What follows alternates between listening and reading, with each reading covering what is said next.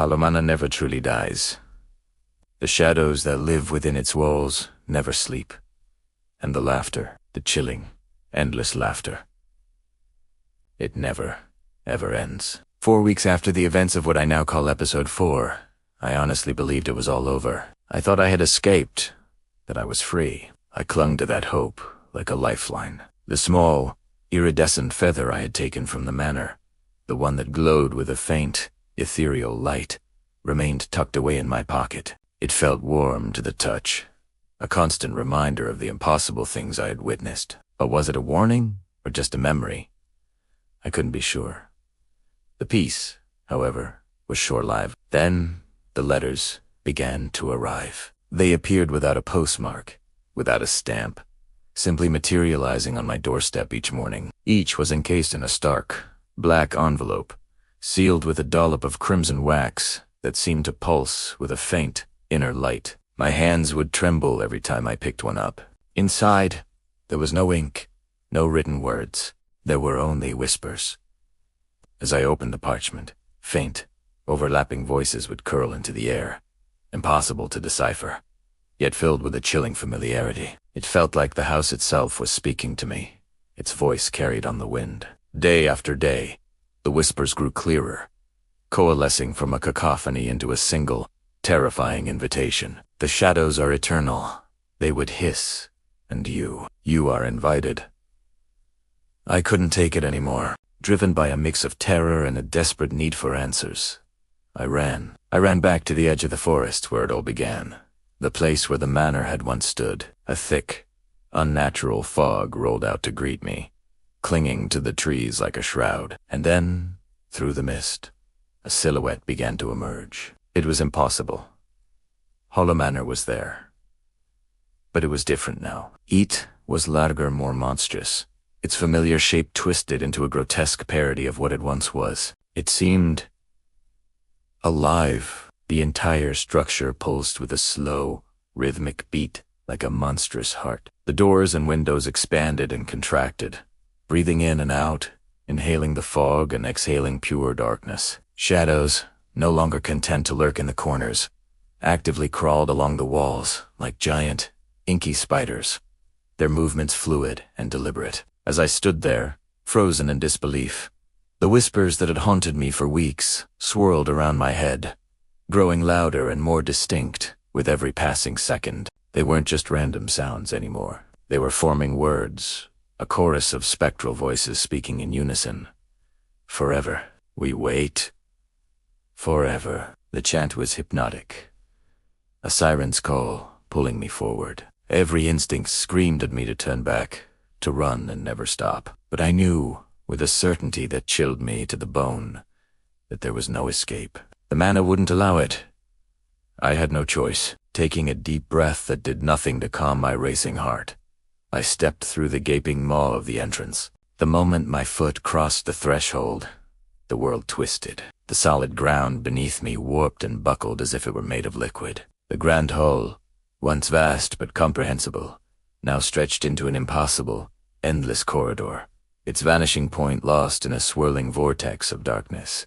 The familiar rooms I had navigated with such terror before had transformed into something far worse. They were no longer rooms but raging rivers of black fog, churning and roaring with the sound of 1,000 screaming voices. I stumbled through the disorienting landscape, my sense of direction completely gone, until I found myself in the mirror room, or what was left of it. The single, ornate mirror was gone, replaced by an infinite hall of reflections. Every surface, from the floor to the ceiling, was a perfect, polished mirror, and in every one, I saw myself. But these weren't simple reflections. They were clawing at the glass, their faces contorted in silent screams. Each one was a different version of me, trapped in a single, looping moment from my life.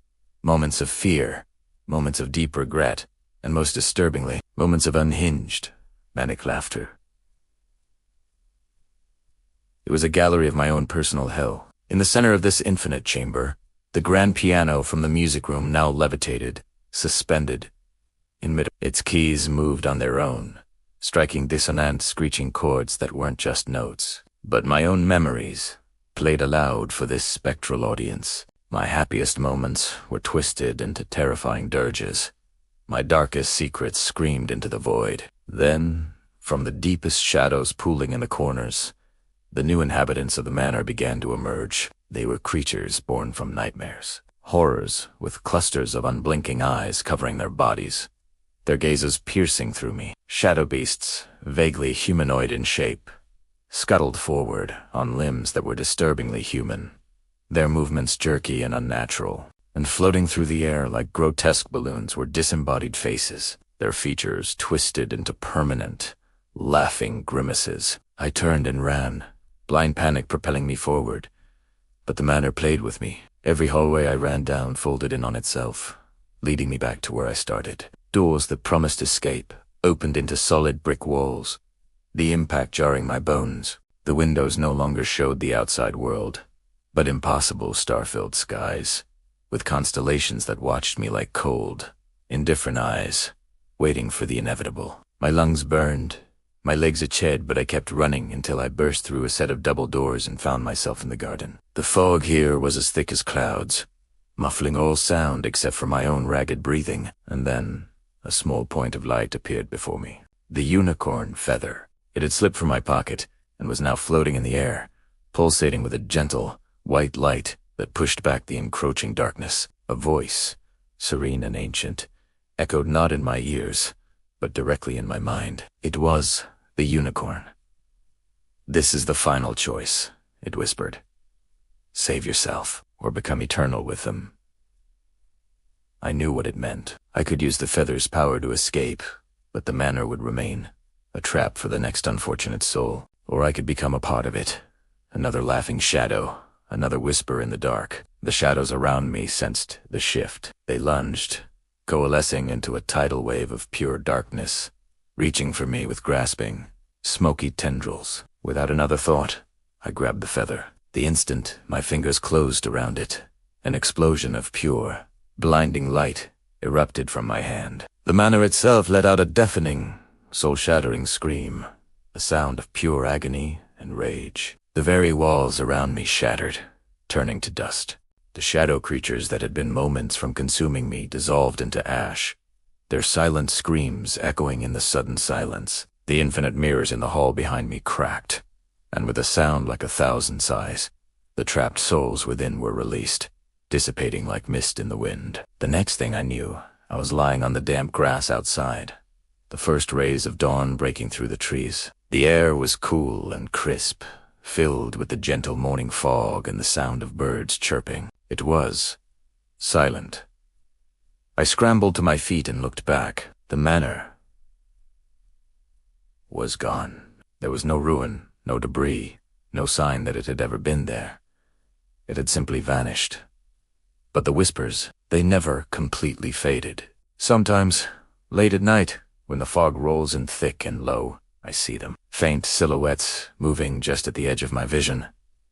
Shapes that almost look human. And on the wind, primera caene, here Italiano. Faint, soft laughter, a chilling reminder. We are eternal. Hollow Manor may be gone from this world, but its essence, its shadow, is eternal. And somewhere, out there in the darkness between worlds, they are waiting.